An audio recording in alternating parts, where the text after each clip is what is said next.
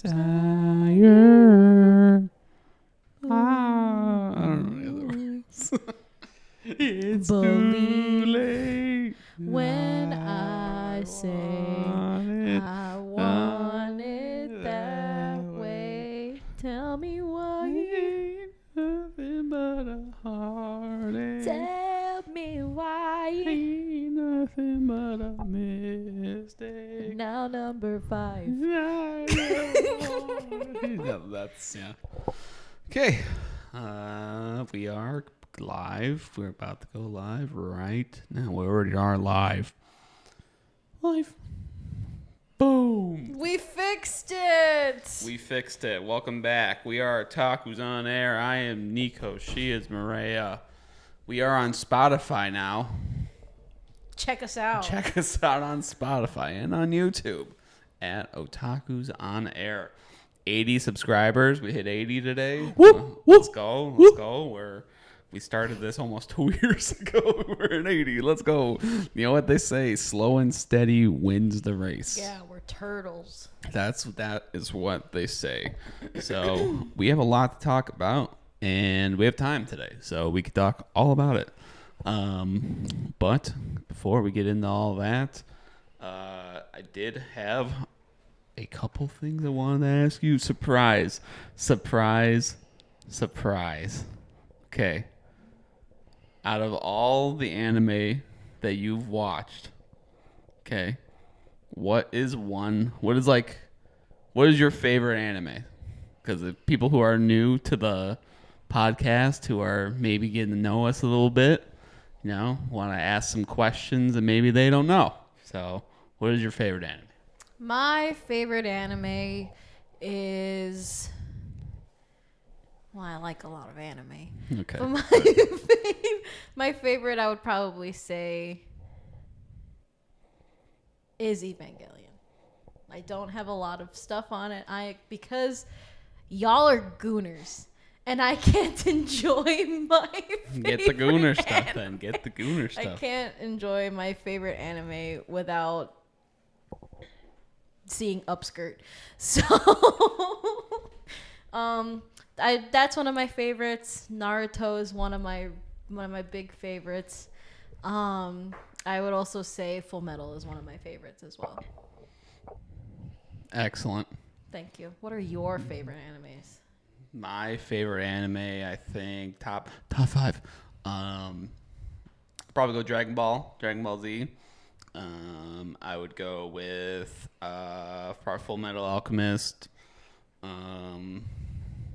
Naruto.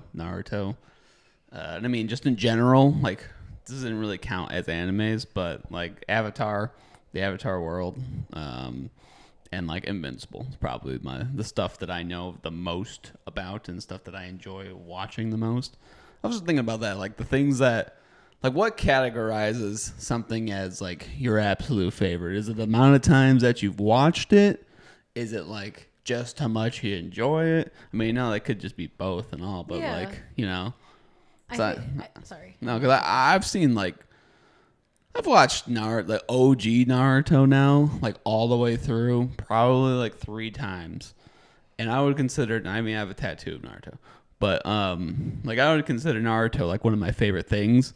But then on the other half of it, like, I don't not that I don't enjoy Shippuden. You really don't, because I'll be like, let's rewatch Naruto, and then we're in Shippuden, and you're like, I don't know. and I'm like, I love Shippuden.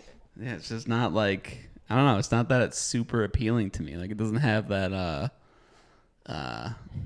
don't know. It doesn't have that, like, shine to it. Like, it had, like, the first couple of seasons of Shippuden are a fucking drag. I mean, you're right.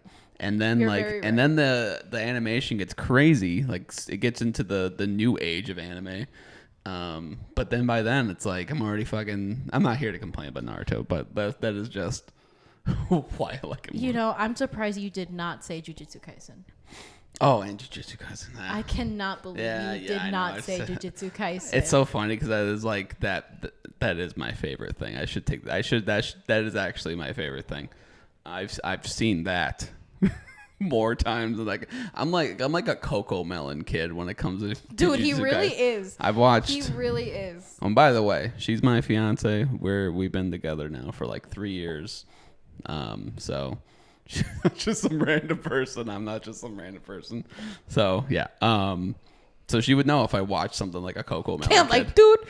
I forgot about it. I don't know how I always like Jujutsu Kaisen just kind of lives in my brain. And I have like me and you talk about it. Yeah. And like we have a friend Alex who we talk about. Shout out Alex. Yeah, shout out He Alex. was our 69th subscriber. Yeah, he was. So funny. He's like, I watch your videos. He has that title. Yeah.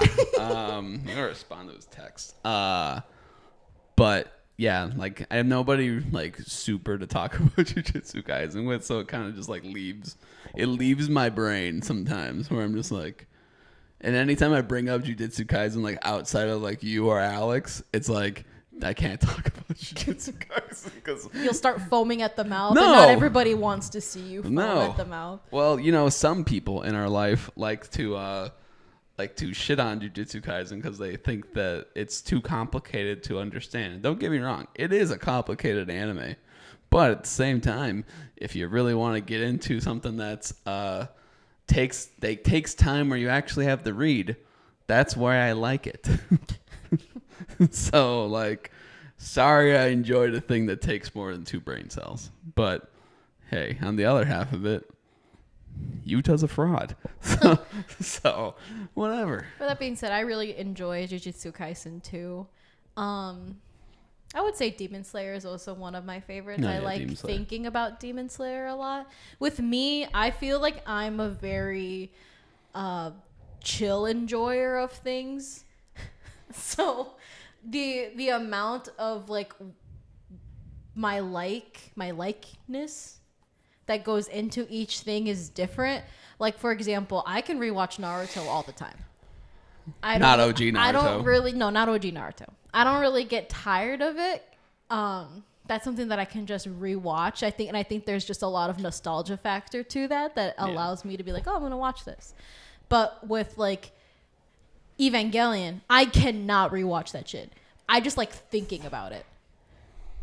You're short now. I just like thinking about it. So I wouldn't think too much about Naruto in the way I think about Evangelion or in the way that I think about Full Metal Alchemist. I get that. So I put a different amount of consideration into each thing I enjoy, and that's just how I've always been. I like it. I like Evangelion. I think Evangelion's a fun like universe, and I think that it has a lot of like good things to talk about with. Cool fights. But Cool it, like at the other half of it is like, okay, I super hate. If I'm talking about things I hate, I super. Let's pivot to things we hate. I hate shows that are like, we're gonna remake the whole thing, but we're gonna remaster but remake it, and then we're going to make 2 extra movies. We're gonna split it in half. We're not gonna have it for 6 years, and then we're gonna completely change the animation style. Oh, and get this, there's a new remake coming out now, and like, dude, Evangelion, fucking Attack on Titan. Oh my god! See, but I also really like Attack on Titan. Shoot me for not liking. That's the thing that you and I disagree on. I thoroughly enjoy Attack on Titan. Attack on Titan's great. I think it is great. I don't think I'm wrong in saying that. Like, people on the comments always attack me. What do you want them to not go home? Not. And it's like, dude, these animators can do whatever they want. But at the same time, if it's their main thing, which Attack on Titan was arguably one of the most popular things while it was coming out, you mean to tell me almost 10 years in between 2 seasons of a show? That's insane. I think people are entitled to their opinions. That's no, they're not. Yes, take that's it away. What I think. Take away take away their commenting. Right? I think people get to think however they want, and I think regardless of what type of comment we receive, they all entertain me. So Yeah, well, we're lucky we live in a universe where like that's finished, and we won't see a Attack on Titan remake until like 5 years from now. yeah. I almost guarantee there's either going to be a sequel or there's going to be a remake, but they're going to be all movies in like 5 years. They're going to give the Evangelion treatment to Attack on Titan. I almost guarantee they will. Till we're 90. I'll guarantee. I mean, I know that there's already people out there that are trying to like piece together the entirety of Attack on Titan into like one fluid, continuous like movie thing. Yeah. And without any like, but they want to make it where there's no cuts to like the past or anything. So it's just like one fluid like, motion. It's in chronological order. Yeah. And they want to do it that way. And that's pretty cool. Yeah, and I think that's a cool way to look at it. If they were to remake Attack on Titan and they did it that way, that would be new and different. Yeah, no, that's pretty cool. Like, I could just imagine how much work that is, because you got to figure out like what the fuck is really the past, and what the fuck is really the future. That's pretty cool. My point with that is that's a completely new reinvention. It's a reinvention of it, right? It's not remastered. That's not necessarily a remake, but God, they are gonna just remake the series and show us the same shit over again. Okay, well, that's a little bit of introduction. If you're just watching us on Spotify, or if you're new to the podcast in general, that's just a little bit about us. Those are some of our opinions. So if you like that stuff, I guess subscribe or comment. See how stupid I am, because I'll respond and say you're stupid. Entertain me. So during the show, we do a lot of clips for social media. So I'll introduce the topic and then we'll talk about it. I'll say, hey, thanks for subscribing. As soon as you don't leave, the show is not over most of the time when I say that. Those are just for the start and end of social clips. I actually did have 2 people comment and be like, I almost turned off the show 3 times because you said the thanks for watching, subscribe. So thank you for watching and subscribing, but to the point that you got to 3 times. Yes. So thank you. Which means you're trying to get to the full of the video. Yeah, so there are segments and they're cut off for social media. You'll know when the show ends because you're probably not watching this live. But the show will end like in an hour or so, and it'll be over. You'll know when it's over. So don't leave. There are just segments of the show, and that's how we cut it for social media. So without further ado, we're going to be talking about Invincible. We're going to talk about the Thragg in the room. Yeah, the Thragg in the room. Because I'm done saying... I'm also done with using the saying apples to oranges. Because you can compare apples to oranges. I'm saying apples to zebras from here on out. Because you can't compare an apple to a zebra. You're right. You can't. Yep. I'm actually good with the elephant in the room conversation. I was just making it clear to everybody that you cannot compare apples to zebras, but you can compare apples to bananas. And I think that saying is dumb. I think that's a dumb saying. Whoever says you can compare apples to bananas, they're both fruits. You're right. Thank you. I was expecting debate on that, but all right, great. On to the content. So we're going to be talking about Invincible, episode 7. We can start it right now. So in Invincible, season 4, episode 7, we got Thragg. We got a bunch of explosions. We got Mark getting his ass beat. We got Nolan getting his ass beat. We got Thetis getting his head torn off. We got Oliver getting his ass beat. The planet Viltrum getting his ass beat. Let's think. Everybody's getting their ass beat. Who else got there? No, Zoe didn't really get her ass beat. Alan the alien was getting choked from behind, but then Steve Harvey said, "Whoa," and they stopped. They chilled for a second. So yeah, I think that names everybody. Space Racer got his ass beat. So this was a crazy episode. Truly. This might be the red wedding, I would say, of episodes. Yeah, dude. Just from pure reaction standpoint. I I knew this was happening because I've read the comics. I knew this was going to happen. But they did it way, way, way better here in the show than they did ever in the comics. Now, the entire time we were watching it, your mouth was agape. Yeah, dude. It really was. I was just... And you sat up and you were silent and you were just staring. Yeah, he's like asking me questions or like making commentary, and I'm just... Oh, my God. Yeah. I could not... The woman was too stunned to speak. Like, I could not get a word out because I just couldn't. Yeah, so here's the floor. The floor is yours. What did you think about season 4, episode 7? That shit was crazy. That shit was really crazy. So I want to start my my little spiel here by saying that Nico's preface to me, for the most part verbatim, before we even clicked play on the episode, he asks me, what do you think is going to happen to Oliver? So I'm like, what the fuck do you mean? What do I think is going to happen to Oliver? I was going in there already with the thought in my mind, something is going to happen to Oliver. And before that, to go even further, we had been making jokes about Oliver and the lobster all fucking day. All fucking day. And then we sit down to watch this episode, and he goes, what do you think? Do you think Oliver's going to live? That's what he said to me. Do you think Oliver's going to live? So I'm already on edge. I'm already upset. And then the episode happens, and I am distraught. And I was distraught up until Oliver dying, or at least getting mauled. Yeah. To the very end.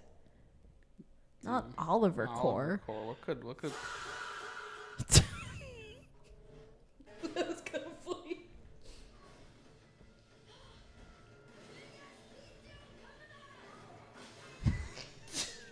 Don't leave Oliver alone. Leave Brittany alone.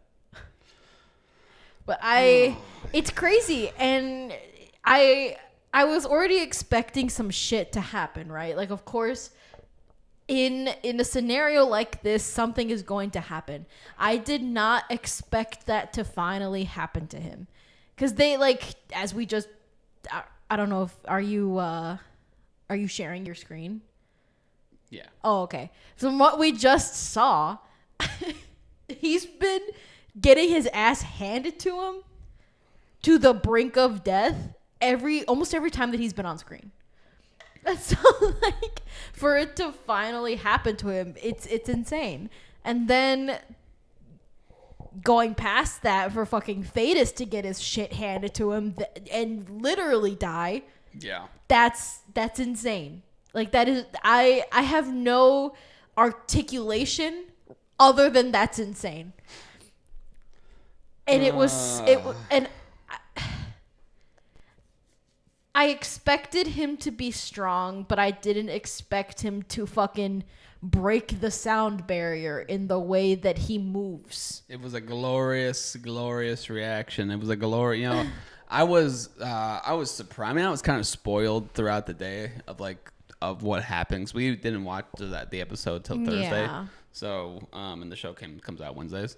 So I was already kind of like getting spoiled left and right on the internet of this. So I kind of knew it was going to happen anyway. I think this episode is probably my favorite of the series now.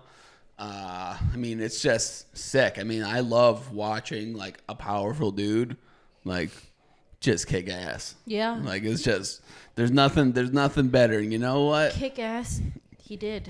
And you know what? You can't blame me for being like, dude, Mark, Nolan, Oliver, all these people getting their ass beat by fucking Thragg. Dude. It's like, you know what, dude? They wanted this. It's so funny because they're like, this is like the plotting out of this war is like we win planets away from Viltrum.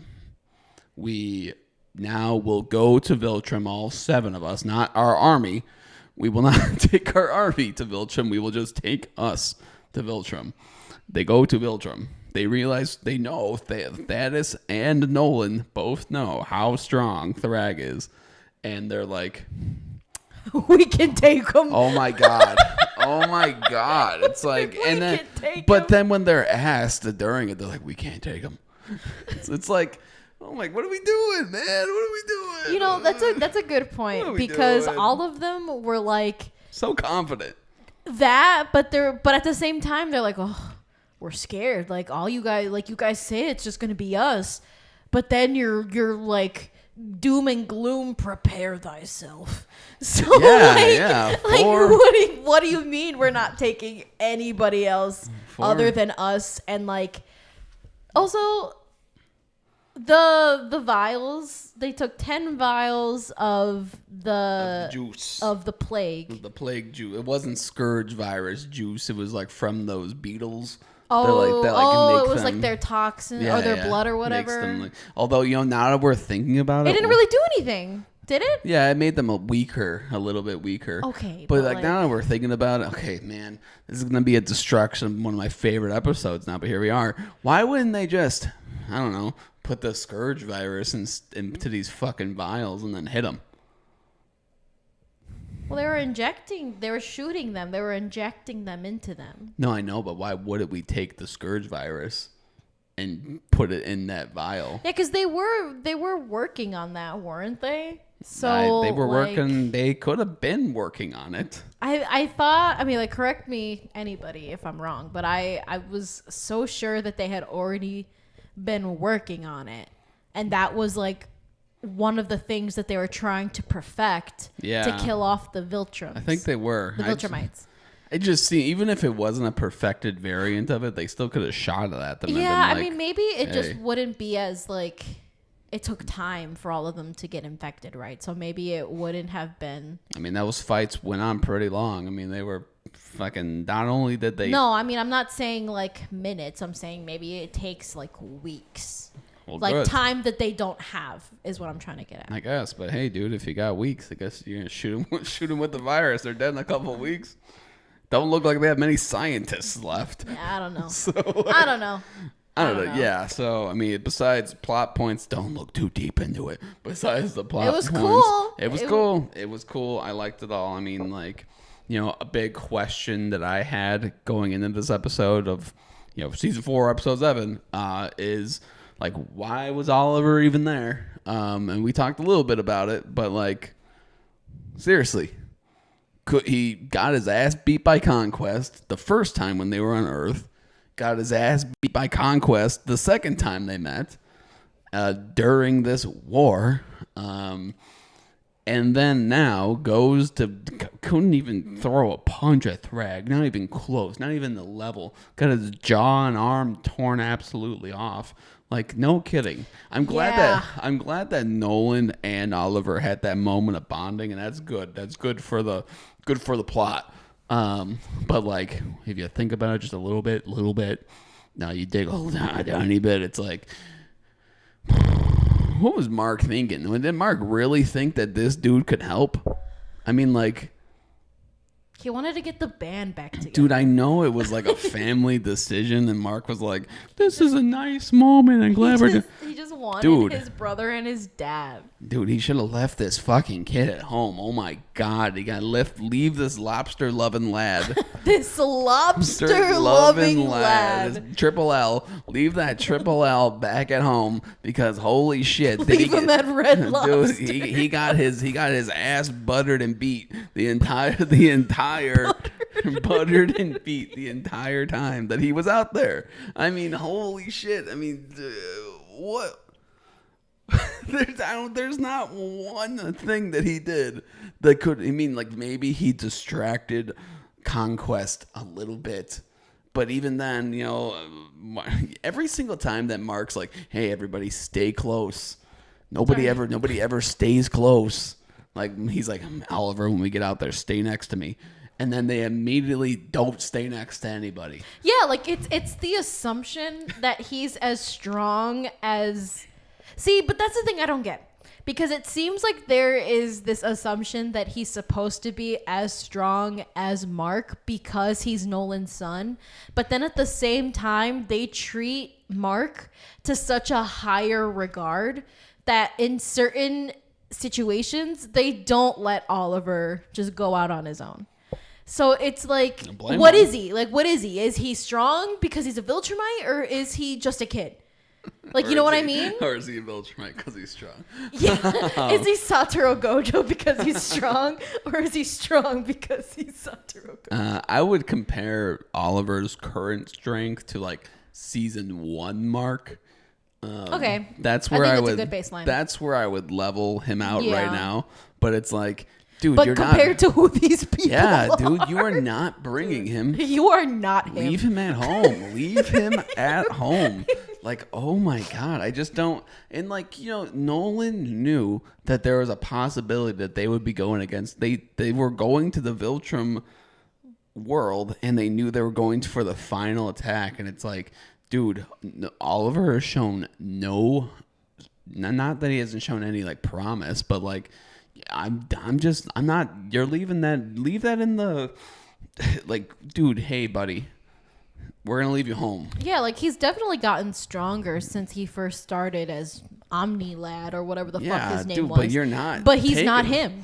Yeah, he's not him. I really like, and I know it's in the comics, and I know, like, I understand that. But even then, he wasn't to the same level as Mark in the comics. No. I'm saying that, like, in the comics, like, of course they take him because that's what happens in the comics. Yeah. But what I'm saying is that, like, I don't know, man. You could change. You could change that. I mean, but I'm saying even then in the comics, why did he go? And he wasn't to that level either. Yeah, that's what I mean. It's literally they just use him for like shock value, and like that's fine. That's like bring like, the purple kid. Yeah, bring him, slice off his jaw and take off his arm. But then like the consequences don't really mean much because in the next episode or later on in the episode, he's like. In the healing chamber that's in Dragon Ball Z, and he's like, oh yeah, he's in the juice. Yeah, and he's getting healed, and he hasn't getting his arm and his jaw put back together, and it's like, looking like that fucking dude in One Piece. Yeah, well, it's like the consequences there is that he got his ass kicked, and it was all for shock value. Like, and not you didn't know that if he was gonna die or not. Yeah, I did not know. I was under the assumption he was dead. But even if I didn't know that he was going to be alive still, there was not an inkling in me that would think that he was going to die. Like, I just wasn't. Like, even Thetis getting killed, like, that's shocking, right? But then, it still begs the question about other power scaling thing. And we had a whole video where we talked about power scaling. We're going to talk about power scaling. We're going to update our thoughts. Yeah, we're going to talk about that. But, so, I mean, main verdict here, I just don't think Oliver should have been on the event. Like, it's fine. I understand why. It's fodder, and it's just some shock value, added thing. It's character we know. He's probably the closest thing to even be on the battlefield anyway to this point. I know he punched some Viltrumites. I know that he, like, helped a little bit. He's capable. Yeah. But not that capable. He's not. I wouldn't even call him capable. He's like it's like Indiana Jones fucking rope. It's like the rope is helpful, but the rope's not fighting everything. But the rope breaks. Yeah, but the rope breaks. Like I'm just saying, the rope isn't everything. So if you like that discussion, consider leaving a like. Consider subscribing because we talk about Invincible content all the time. Moving on, we want to talk about power scaling. Yeah, because then we can talk about Thragg and all of that. All right. So in season 4, episode 7 of Invincible, we had a lot of power scaling updates. And did we? In our last video about power scaling that we just uploaded a couple days ago, we talked all about the differences between like Dragon Ball Z's power scaling, and we talked about how in Invincible, it's a show based around trying to get stronger for the next opponent, but its power scaling is kind of broken. And it's not like it's a whole, big deal. Like we're like, hey, this show is ruined by its power scaling. It's just the fact of like there are inconsistencies amongst this whole show as a whole because the feats that are shown and talked about are two different things. It's like, think of it this way. I mean, like the dragon that gave Mark and Oliver a big fucking problem in this last season, in season 4 and in season 3, was taken out by simple missiles by a helicopter in the first season. And it's like, I mean, there's a lot. I mean, we talked about the size of Nolan that was holding up a Texas-sized meteor by himself and threw it back into space with no help. And then you compare it to just earlier in this season 4 where he is struggling to hold up like a spaceship that is way smaller than the size of Texas, and needs help by 3 other Viltrumites to throw it out into space. And it's like, inconsistencies that he also has needed help fighting a bug. And it's like, well, let's make it make sense. So with all that said, we're going to talk about a little bit more of power scaling discrepancies now, because after season 4, episode 7, there's a gap. There is a huge gap. But before we get into that conversation, think about subscribing. Think about liking this video. We do talk about Invincible stuff all the time. So if you like these types of conversations, join our community, because I comment all the time. I have a bunch of community posts that I go over, and it's a good time. So think about subscribing. So let's talk about the power scaling. Thragg would absolutely destroy Conquest. Absolutely. 100%. Destroy Conquest, and it's not even close. Yes. With that said, when Mark said that he killed Conquest, all the Viltrumites were like, oh my God. Oh no. They all stopped what they were doing mid-fight, their fight for their lives and their planet, and were like, damn, he killed Conquest. The damn could be heard from miles away. Yeah. And then Thragg's like, show me, and then Thragg just fucking destroyed Mark. Now, that being said, was Conquest number 2? Is it Krieg? Is it General Krieg? I think that's his name. Yeah, it's Krieg. General Krieg? Because Thetis... Now, there's more, right? No, there's like Thetis got speed blitzed the fuck. We didn't even see them throw hands once. Mm-hmm. Thetis got his head torn off by Thragg. No... Didn't even see him coming. I mean, he did see him coming and still could not do anything about it. God. He literally watched him come, and he watched him come. What? Period. What? And speed blitzed and was just head taken off. So that was that. So there's that. So, but Krieg seemed to have an authority over Conquest, but I think Conquest could have taken him because Thetis was like murking a bunch of Viltrumites in the last episode. So I would almost have... He didn't kill them, but he was seemed like it was pretty light work for him for the most part. And I mean, like, the whole fight between the Viltrumites and like the coalition group here was, nobody died on the coalition group besides when Thragg... Besides Thetis. Right. Well, yes. But I'm talking like between like the regular Viltrums and the coalition. Like, I see. Nobody really died. So it's like, I guess all these... I mean, I know it seemed like they're the same amount of number of Viltrumites that there were the coalition members there. So... theoretically, they're all on par with Viltrumites, I guess. I know Alan does a lot of carrying for Zoe. And I know that like on their own 1v1, but I guess Zoe did delete one Viltrumite. Mm-hmm. That did happen. Zoe did delete them. Yeah, there were definitely casualties on the Viltrumite side. So, I mean, but that's what I mean. Like their whole planet got destroyed. So whoever was there, if that. Right. That's it. There was nobody else on the planet. Oh, I see. I It was see. just Never them. mind. So it's like, but nobody died, so like, if it's a stalemate, then I guess they're all power scaled up to there. And there's no fucking, I don't know, again, we don't know how long. The Viltrumites were losing more than the Coalition. Like, we saw Battle Beast kill one. We saw the dragon or the whatever the fucking claw raptor things killed a couple Viltrumites. Like I said, Zoe killed one. Yeah, so there were more casualties on. Yeah, the Alan Viltrumite killed side. one. So I mean, that just means the Viltrumites are now lower level than who they brought here. So this was the A team. This is why they brought them here. So let's just scale the regular Viltrumites, the fodder people. Those people are below the core of the Coalition. Okay. Would you say that was fair? Yeah. Okay. Above that, are we putting like...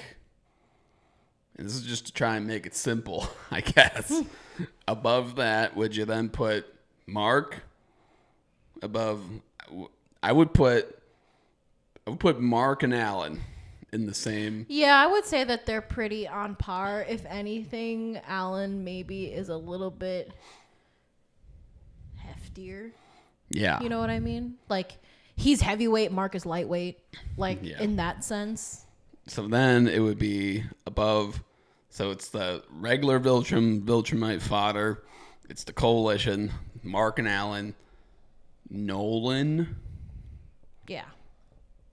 Are you saying Battle Beast is stronger than Nolan? No. Maybe I would put Battle Beast in the same realm as Mark and Alan, because Battle Beast did take out. See, like I would probably say Battle Beast. Maybe he's like a little bit stronger than Alan, because I mean, Battle Beast goes around looking for fights, and each one he comes out fucking. Kind of. I mean, I guess he did kill those two Viltrumites in space without a jetpack and was left in space. His problem is finding fights in space. He needs to stick to the Earth. Yeah. He needs to stick to a planet and fight there. His weakness is he can't fly. If they gave him wings, he'd be unstoppable. Well, you get what I'm trying to say, right? I would still put him in the same realm. And I think the same realm as like Mark and Alan, Battle Beast. I think those three are a step above. I guess at that point it's just fucking Oliver and and Zoe. So they're above those two. And then it's probably Nolan. Okay, so you do think Nolan is stronger than Battle Beast? Oh yeah. I think that he's because he can fly. I think the flight thing matters. Fair assessment. I think the flight thing absolutely matters. Yeah, take them to space, like in the middle of the fucking dead space. Yeah. Goner. Yeah. So I would put them. And then I guess Thetis, and then it's like, and then there's for all the people that are alive still, I mean, like, let's just say we include the regular Viltrum, like Anissa, the girl with long hair, and Lucan. I would put all of them like a step above like Oliver and Zoe. So like that tier that's like they could handle being beat up by Alan and Mark and Battle Beast, but they won't die by them. But they won't necessarily beat them. So it's like a stalemate. So I guess they're in the same realm. I think they're all in the same realm. I think like Lucan, Anessa, and all of them are in the same realm as Mark, Alan, and Battle Beast. Okay. Now hear me out here. This is why it gets confusing. Nolan's above that, and then it's Thetis, and then it's Thragg. Where does Conquest sit in this thing?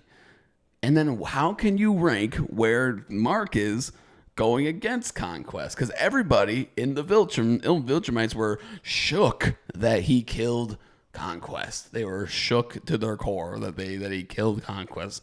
Anissa was not shook. Anissa was something else. But like they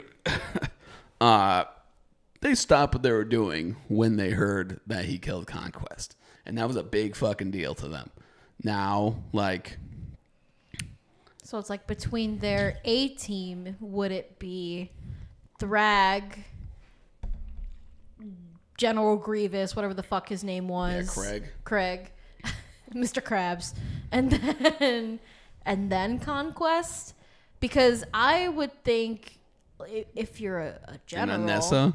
Yeah, and then Anissa. Because, see, like, Well, I get confused about where to put Anissa, because when Mark was talking to Eve about their fight, like when he first encounters Anissa, he tells her that he felt that she was holding back because she was trying to convince him of their cause. Right. So he's like, I could feel that she could fucking total me, but she wasn't, because she was trying to prove a point. Exactly. And Anissa says herself, the next person that comes after me is going to be worse than me. So I think that that's a good Anissa Conquest, like on the ladder.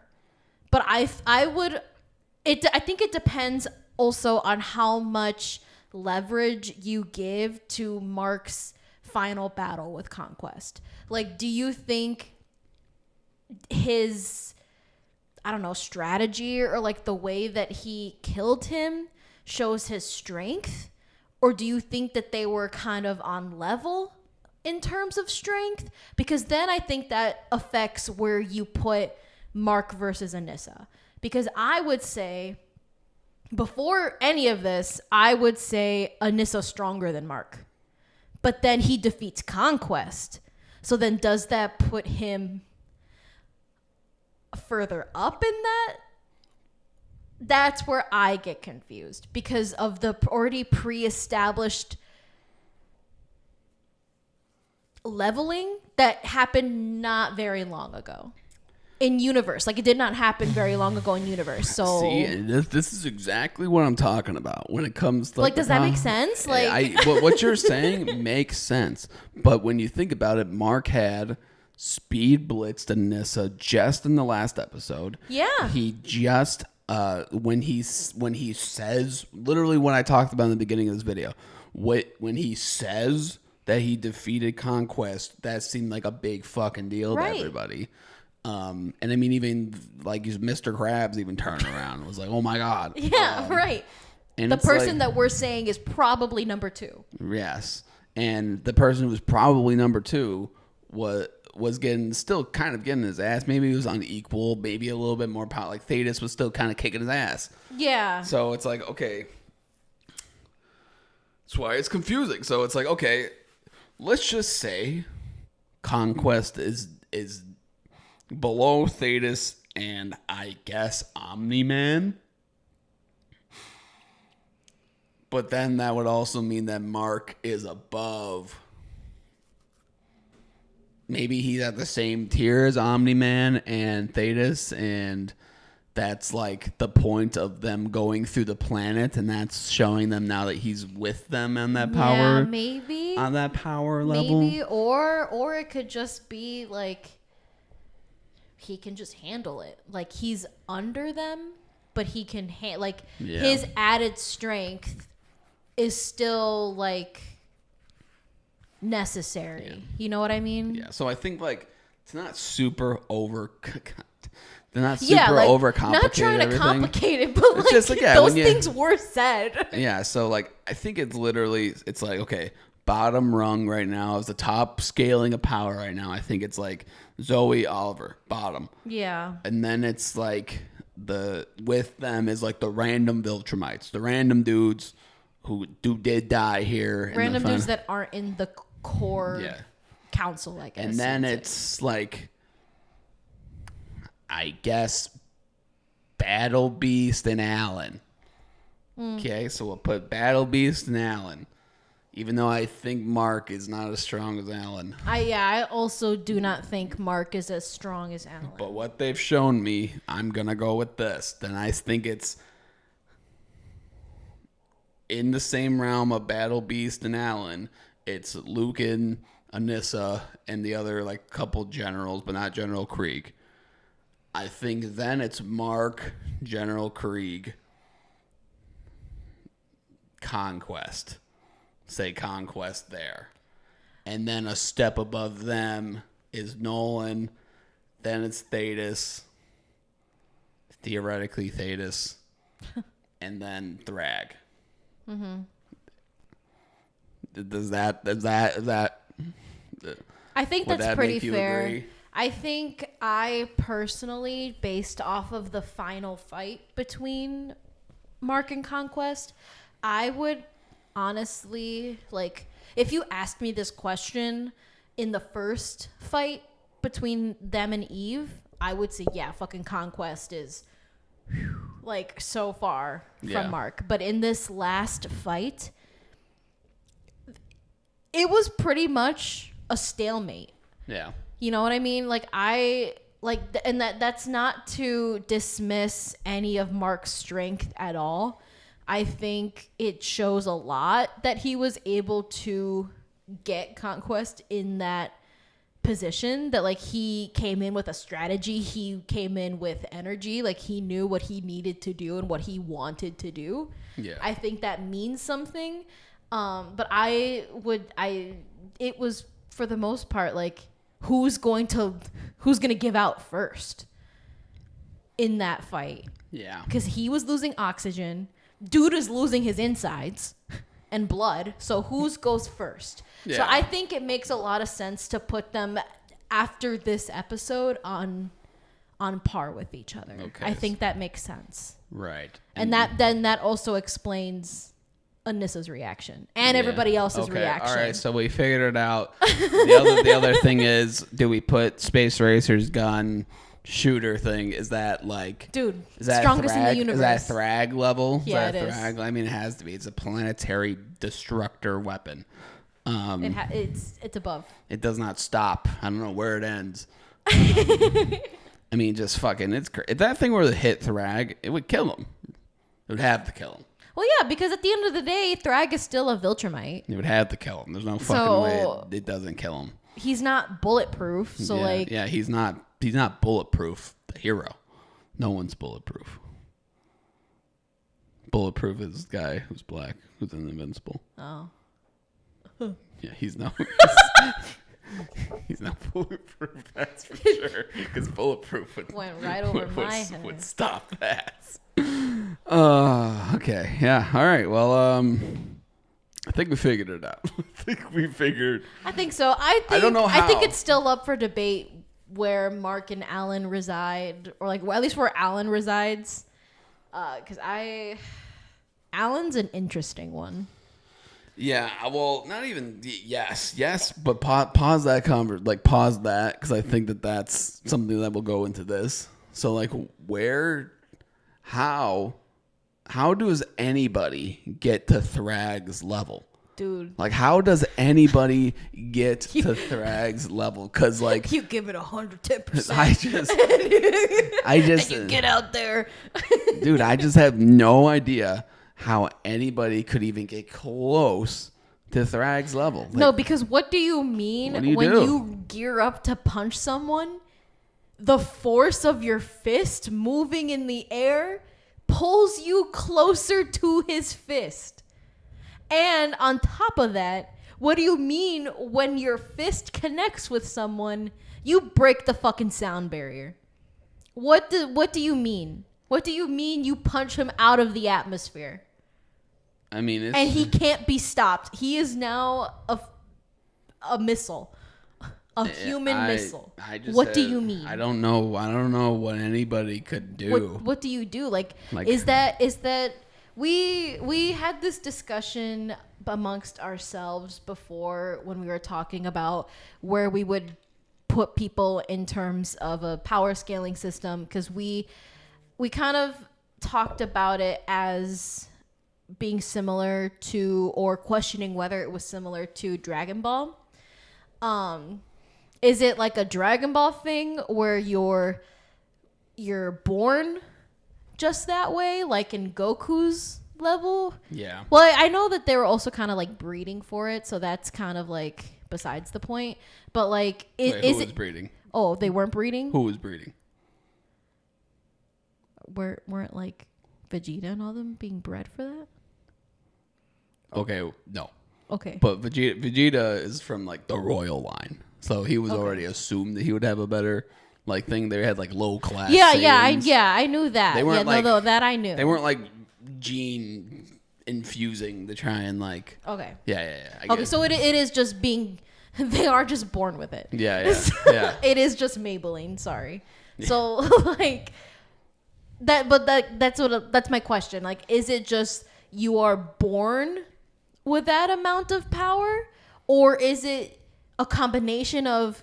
This also goes back to our conversation about skill versus talent. Okay. Are they born with it, and then it's a combination of training that skill? Yes. Or okay, I let you go off there, but now I'm gonna get to the spoiler zone here. Okay, spoiler zone. Spoil. Spoiler zone. Okay, Nolan is a true son of Argyle. Oh. Nolan is the one who should have been when they were searching for the son of Argyle. He was the one that they were supposed to be searching for. Thus meaning So it's not Thragg. Well, Thragg's the regent, and he was made to be like until they find that. Yes. Okay, yeah, no. So hold on. So, I knew that he was yes. regent. Yeah, so I knew that. Yes. So then, because Nolan is a son of Argyle, he's statistically supposed to be one of the strongest, but also supposed to be the leader of Viltrum. But but now that you know that part, understand now that Mark is the grandson of Argyle. Yeah. Which means he has the blood of him, which makes him stronger than most. So then what the fuck is Thragg? Is he just shooting up? Yeah. Is he just juicing? I mean, it's confusing. He has and I don't know if it's just fan canon. That just makes it even worse. Or if it's like a whole thing, but like he was the one who was bred to be the strongest. Oh, so Thragg was bred. Yeah, he was the one that was bred for those things. I see. So dude, so he is a juice baby. Yeah. So that's kind of why Mark is so strong, and personally, it doesn't really make that much more sense to me about how they get to that level of power anyway, because it's Thragg does not show this. He kicks their ass in the comic, right? He does kick their ass. Yeah. And it's not a huge change. So Mussolini. Yeah, it's not a huge change per se from the comic to here, but it's just how it's depicted. It just makes Thragg seem that much unachievable for where they are now. Yeah. And it's I don't necessarily see within the next couple of arcs how Mark gets to that level. So he does get to that level. I mean, he's invincible. Sorry, I had to. But no, he's literally the main character. He, you know what I mean? Well, you can still be the main character without. He's not gonna talk no jutsu, Thragg. There's just no talking. You're right. Not everybody can be Naruto. Yeah. So You're right. Okay, so just to put a bow on the whole thing, eventually they're gonna have to get to that level of Thragg. Yeah, it does feel. But I just have light years away. I just have no. That last one's crazy. Oh my god. Yeah, I do think that. Dude, look at his head in the first one. In the comic, Thragg is a lot more. Seems more upset about the planet being destroyed than he is in the show, and he definitely takes a lot more out on Mark. But I just don't know how they're gonna make it make sense going forward. But so that's power scaling. That's power scaling in Invincible. If you enjoyed this conversation, and if you enjoyed the conversation about Thragg, let us know in the comments section below. And while you're down there, think about leaving a like, commenting, and subscribing. We do a bunch of Invincible content here on the channel, so if you like that stuff, stick around. Hang out with us. Okay, so we talked about... we can talk about Thragg and Nolan's conversation. Yeah. All right, so in Invincible Season 4, Episode 7, Thragg and Nolan have a conversation in the halls of the Viltrum Empire's, like, throne room. And Nolan and him are like, let's talk. And they have a talk about, where the Viltrum Empire could go, where it's been, and how it's not working, and how basically everything that they've done has led to this moment. That's why they're on the brink of extinction. And, it takes a lot for a person like Nolan to come to this conclusion. But, Right. It's like... It's also, he has his own doubts about the future heading toward wherever this war ends. And, of course, Thragg is going to be like, join me and all will be forgiven. And it's like, dude, no. Like, if you can't see, you suck. Like, you can't Palpatine your way out of this. Yeah. And I think the conversation between the two of them was interesting, mostly because the ideals of each person, I think, was shown there, because we get the earlier in this episode, we see the actual, like, Viltrum, like, purge, and we see, like, how, Thragg saw Argal's death and was like, hey, if you think the person next to you is weak and could be somebody that would betray the Empire, kill them. And it's like, well, that's stupid.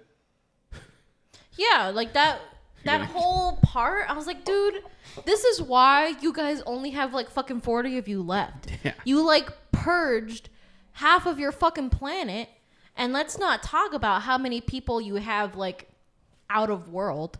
Right. Like what the fuck? Like, I think it played on a lot of real life history very well, of kind of showing how stupid that mentality is. That, like, the Red Scare, Satanic Panic, not that they were killing people for being Satanists, but like that type of fear of other. World War II, that's a very big one. So it's like it puts it in a very, would you say, black and white way of that type of thinking, and it would you say that it displays it as being dumb? Like, why would anybody think like that? I think that's exactly what Nolan was saying too. He's like, well, you can't just think of everything as the same way. You can't just think that everything would go back to how it was, because you changed everything. Like, you made everything worse. There was a democracy in the Viltrum Empire. We saw it. We saw a group of leaders sitting down talking about decisions, and they actually they trusted knowledge, and they had a trust in a system. And under Thragg's leadership, while the Empire still maintained its order over the galaxy, it was built under a lie, because he went kind of crazy after Argal died, and then Thetis was like, I'm out of here. And then he killed them all with the Scourge virus. Mm-hmm. And under Thragg's leadership, if Thragg did not go and he didn't make anybody, but he did say, pick your own adventure, I guess. He didn't really per se. And maybe it was an order. I guess it was an order. It was an order, because after that, like, he makes a public announcement. Yeah, I guess it wasn't. He made an order to go to tell everybody to kill everybody that you don't think would be trustworthy. Yeah,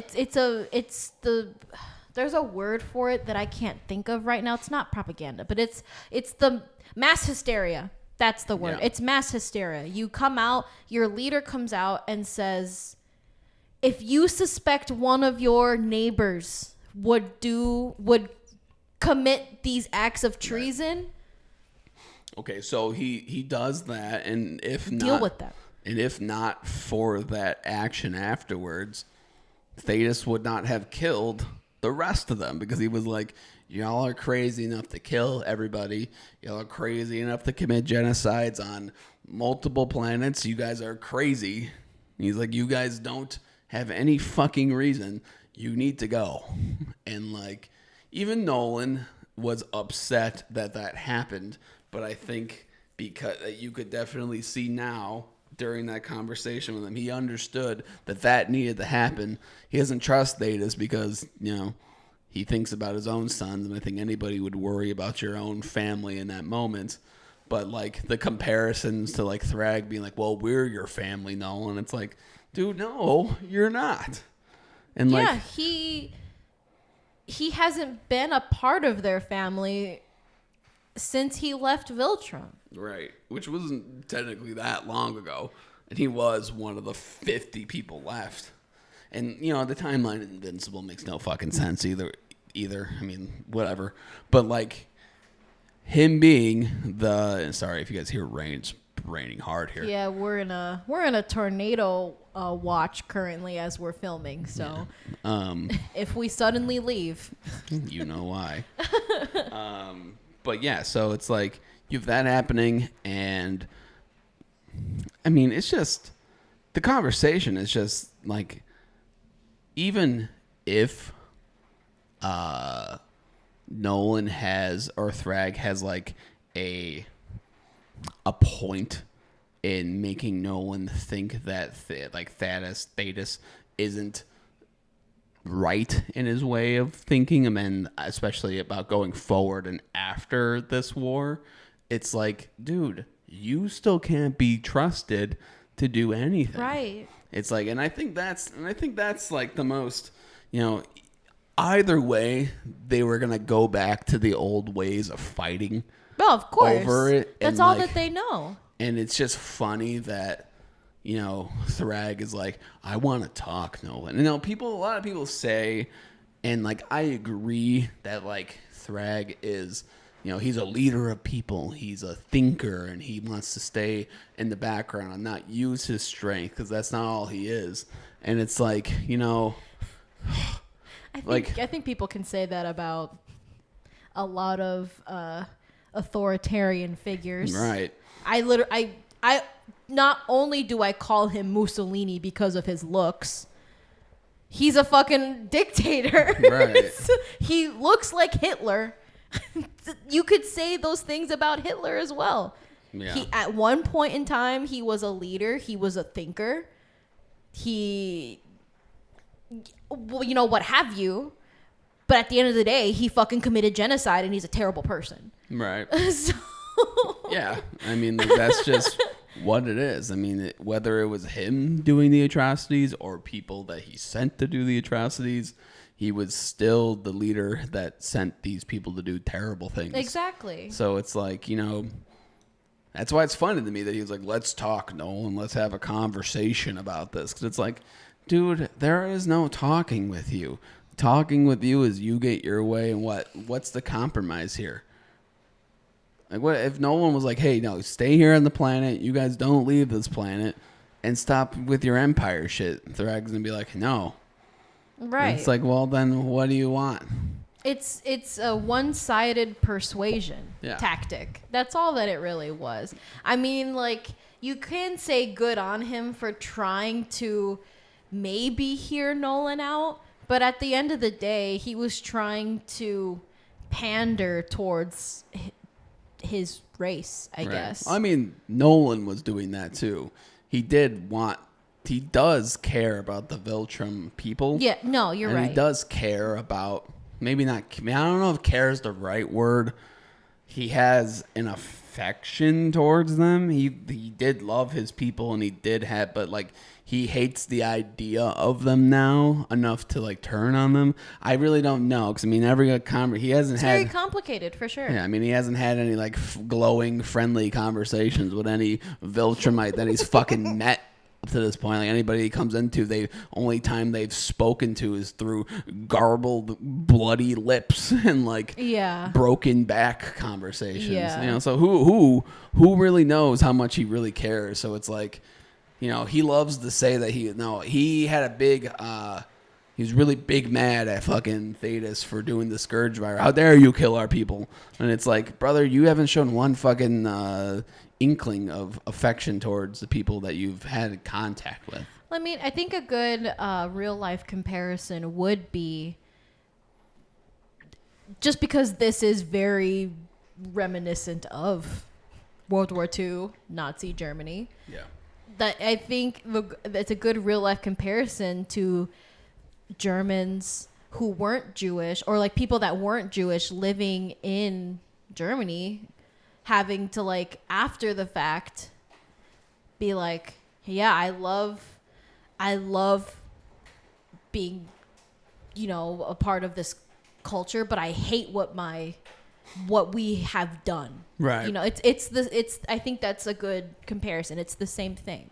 Yeah, even like modern times of people that hate Putin but are Russian. Oh yeah, like it's I think that's a good comparison of like to a real life comparison to relate how Nolan might be feeling. Yeah, but there would also be people who are like-minded of those people that they could talk to and shown like affection towards. Yeah, you know, because it's like his affection towards his family, because you know maybe they are part Viltrum, but like, you know, they're the different parts of Viltrum who weren't there. It's like the people who are alive still that are part of the Viltrum Empire all suck.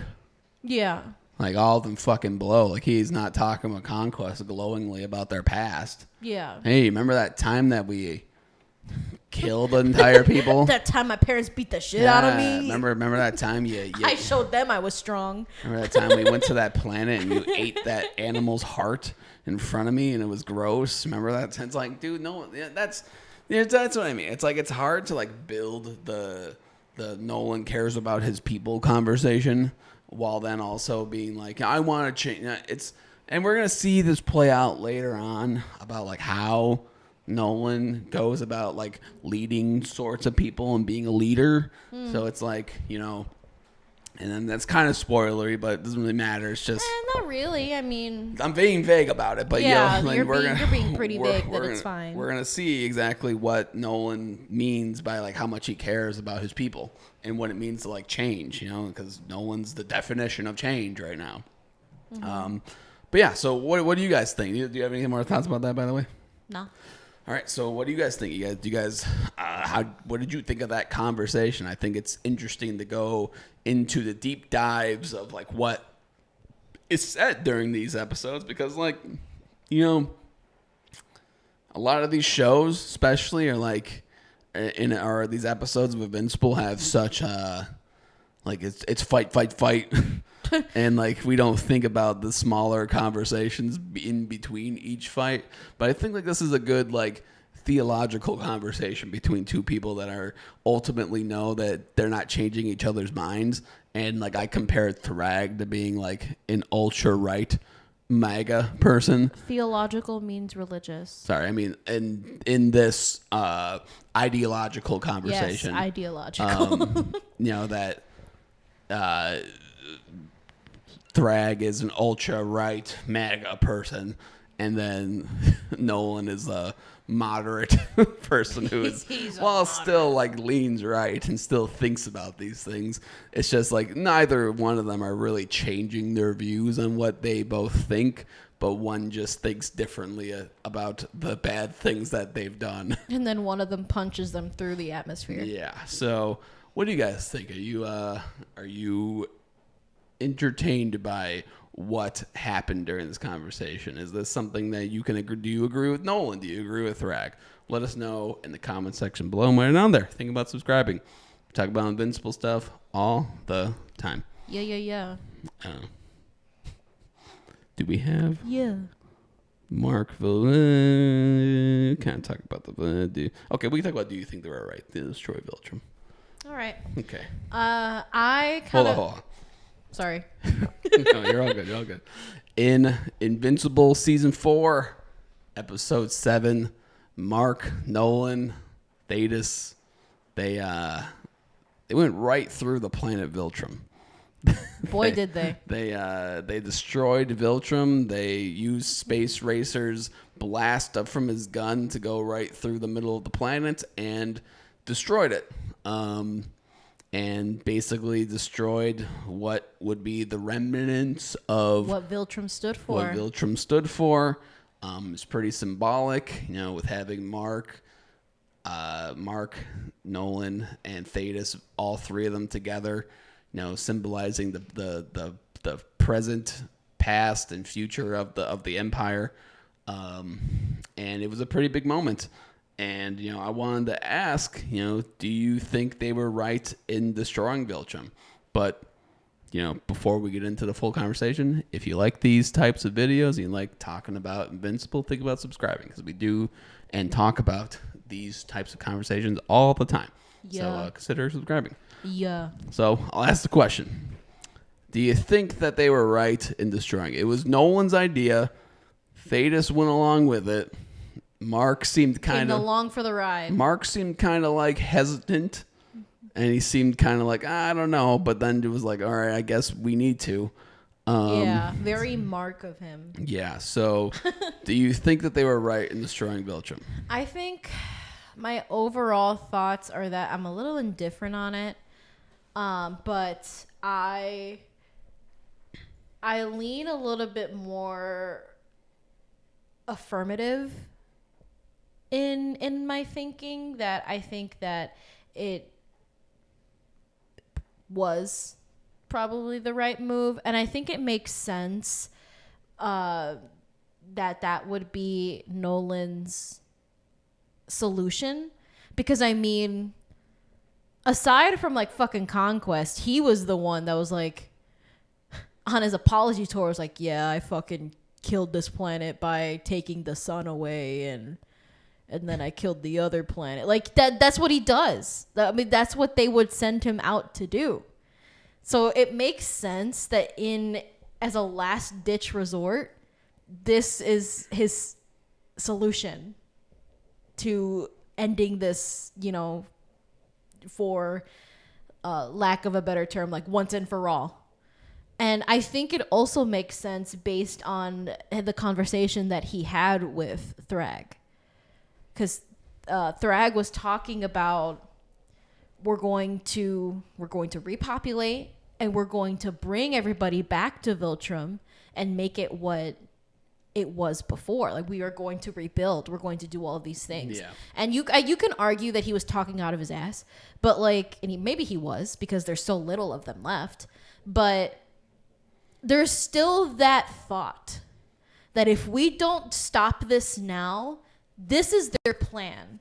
I mean, that was Nolan's mission. Go out and see if they're compatible with us so that we can repopulate and go back to Viltrum. Yep. So it makes a lot of sense that he's like, no, I'm going to do this, and this is going to be it. And also, like we mentioned, and we had like how we mentioned before, this is what Viltrum, this is what Viltrum might stand for. Their planet, their people. If you remove the homeland, they're going to scatter. And they're already in very dwindling numbers as it is. So I really think that it makes sense why he did that. And I think that it was the only option, because then they have nowhere else to go. And they're going to go to one of two. Well, I guess it makes sense they would only go to one place, because they didn't know about Oliver's planet. So it makes sense that they would go to Earth, which is revealed at the end of the episode that they suspect that they're there. Yeah. So yeah, that's why Thragg said, "You're not one of us, boy." Yeah, yeah. So It makes sense. I think that it was a very fitting way for it to go. Like, I don't think that I could anticipate it ending any other way.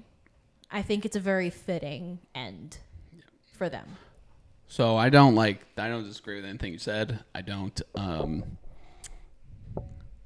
gonna take the no conversation just so we can have the conversation.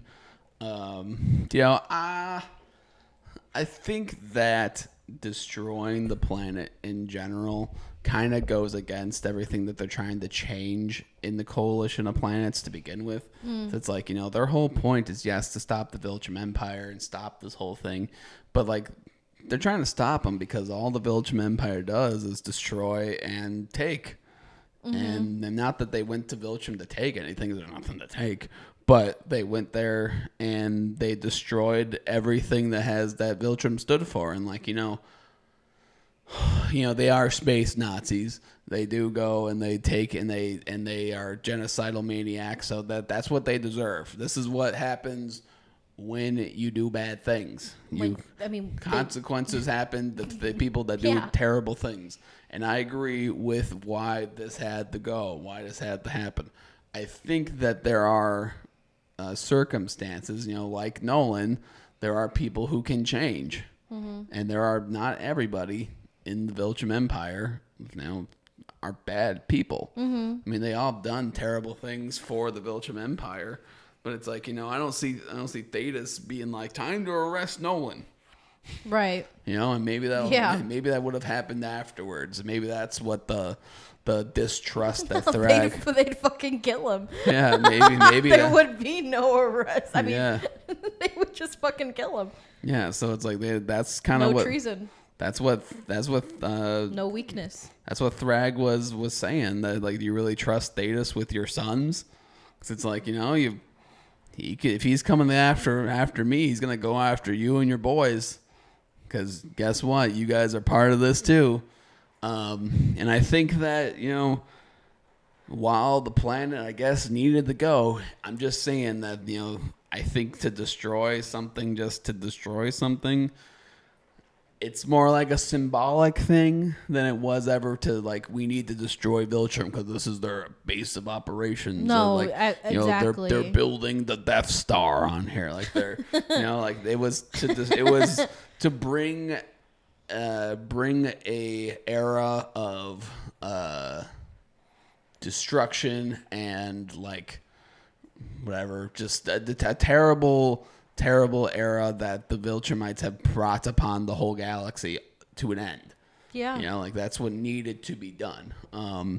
So like I said, I don't disagree. The planet should have been done. If I were going to say no, it's like, hey, I mean, it kind of goes against what the coalition was trying to do to begin with, but, they needed to be done. It just needed to be done. There just wasn't, there's not really, you're taking away the morale from the people that are left. If you can't kill Thragg, you kill the idea. And, like, suffice to say, the remaining Viltrumites, however many there are now. I mean, it looked like there were 6 main Viltrumites, and now you got a bunch of people who are left out from the war still coming home to nothing. And we'll see how they react and what that looks like later on. But, I don't know. I think that destroying it makes sense. Do you have anything else for it? I mean, if you want to go down the topic of, like, destroying just to destroy, or, like, going against what the coalition was standing for, I think that that's an interesting thought, because then I think it goes into the thought of war and how war can be taken too far, which is a topic that we discussed in a previous Invincible video. Don't remember which one, but we talked about it. So I think that's an interesting thought because then it ties into when we talked about Alan and how he got upset with Thetis for the lives that were lost on Themyscira. Oh yeah. So like you live long enough to become your enemy type of mentality. Yeah, I mean, like those are the nuances of like, is Thetis all that good anyway? I mean, he has the fucking scourge virus to kill off the rest of these people, and like, you know, there's really no need to even have that anymore theoretically. I mean, you know, and then he shows Nolan, and I think he showed Nolan not to be like, you know, we saw it as like, you know, Thetis being like, hey, I'm showing you this as in good faith that you know that I did this and this is who. But like, I kind of think it's a power play in a way to be like, hey, look what I have. Hey, buddy, just in case you want to fuck around and find out, I got this still. Yeah. And I kind of took it like that. I kind of did too, honestly. So it's like, you know, and that's what I mean. It begs the question of talking about, like, and in another video, we talked about the conversation that Nolan and Thragg had, where it was like, hey, Thragg to Nolan, hey, you don't even trust Thetis. Like, you don't trust what he's saying. Exactly. You don't really, and you know, like, I'm just saying, like, I don't think you could trust either one of them about literally any of these topics, because like, if you're so willing to go and destroy a planet, like, you know, why wouldn't they just bring the scourge fires with them and then go finish it off? Right. You know, like, you could have just killed them all, keep the planet, figure it out later. But it's like, he decided to destroy the planet, destroy the idea, destroy the people, and that's it. You know, that's it from them. And I don't know. I mean, like, it says a lot too that Nolan was the one to have that, to initiate it, right? To make that decision, and it wasn't Thetis. Yeah. So like, I don't know. At the end of the day, I think the planet did need to go. But I agree. If you think deeper about the whys and who these people are and like the backstories of each one of them, it's like, nobody's really that good. Like, that's the whole point of Invincible, where there's not truly a good guy, there's not truly a bad guy, and that's life. That's what all the people say. Yep. Yep. What do you guys think?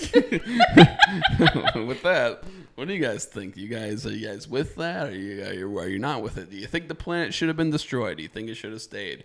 And there's a comment here on this thing, you know, Viltrum joins the ranks of Planet Vegeta and Krypton. Dude, yeah, because they both alien races were kind of doing the same thing. Well, not really. Not really. Krypton. Yeah, not really Planet Vegeta. I feel like not Krypton.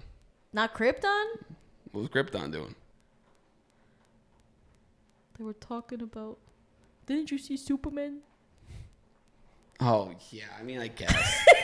Didn't you see Superman? Yeah, but I don't know. That's just one iteration. Every other iteration, it was like fair. they destroyed themselves because of the weather democratic. Yeah, yeah, that's fair. The weather was destroying them. Meanwhile, like, Frieza was like, I'm gonna destroy this planet because you guys are too strong, but you guys are also genocidal maniacs. Yeah. There can only be one. Yeah. Monkeys. Makes sense. Yeah, so. Yeah. All right, what do you guys think? Let us know in the comments below. While you're down there, leave a like and think about subscribing. We talk about Invincible, we talk about anime, and we talk about a bunch of other things on this channel. All right, do you want to talk about anime for real? Sure. All right, but before we do, want to get some water. You're gonna get some water. I'm gonna get some water because I've ran out of water. So we can. I thought that this intermission thing would show an intermission screen. Oh wait. Be right back screen. We gotta be right back screen. So you gotta use the bathroom or something. You can. Yeah. What do we gotta do?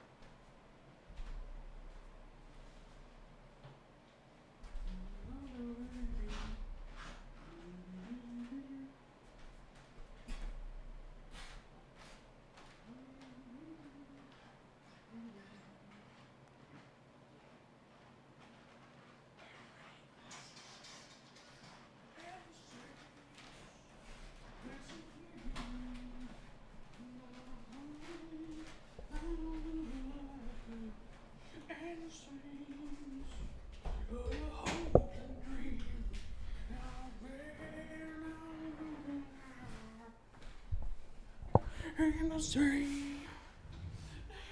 Over here. And the sound of you. Down the field. And we're back. And just like that, we're back. I'm glad to have a be right back. Glad to have a be right back thing. When did we start here? Almost an hour and 30 minutes ago. Yeah, long episode. We're gonna go a little bit later tonight because we can. Tonight's a late night conversation. A late night conversation. A late night conversation. All right. Well, we're gonna be talking about actual anime. we got, Hear ye, we're talking about anime. All right, so what do you want to take it here first? What do you want to go? We could talk about like general news first. I think that makes the most sense. All right, so I got the links here. Let me pull up the links real quick. Yes, of course, Let me pull up the links. We do have some anime news to share that maybe might be old news, but we figured that we would talk about it and hear ye it because it's stuff that we've talked about and have expressed interest in. So the first one is that Hear ye, Gachiakura Season 2 has been confirmed, which is something that we were like, oh, are they gonna give us a Season 2? Like, we hope they give us a Season 2. They're giving us a Season 2. Yeah, I mean, I wasn't really when or if they were going to do it. It's more of a when. When are they going to do it? And this is just a news article from this past December, but more recently there's been more announcements of Gachiakura Season 2 because there's going to be like they're coming out in this year. It's going to be 2026, probably going to happen in the September date range.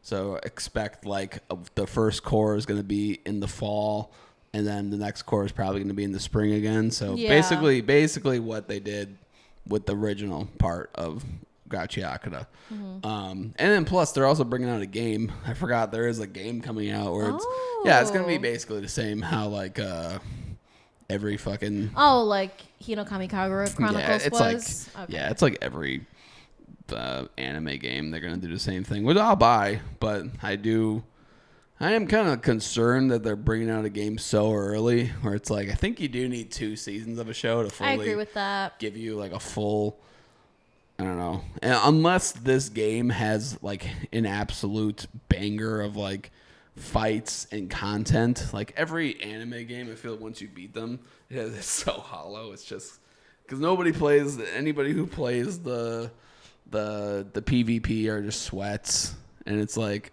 I'm not good at it, but like B, it's like the content that you have are just all fights anyway, mm-hmm. So it's like that does get kind of repetitive. But yeah, so just to say, Gachiakura Season 2 is coming sometime.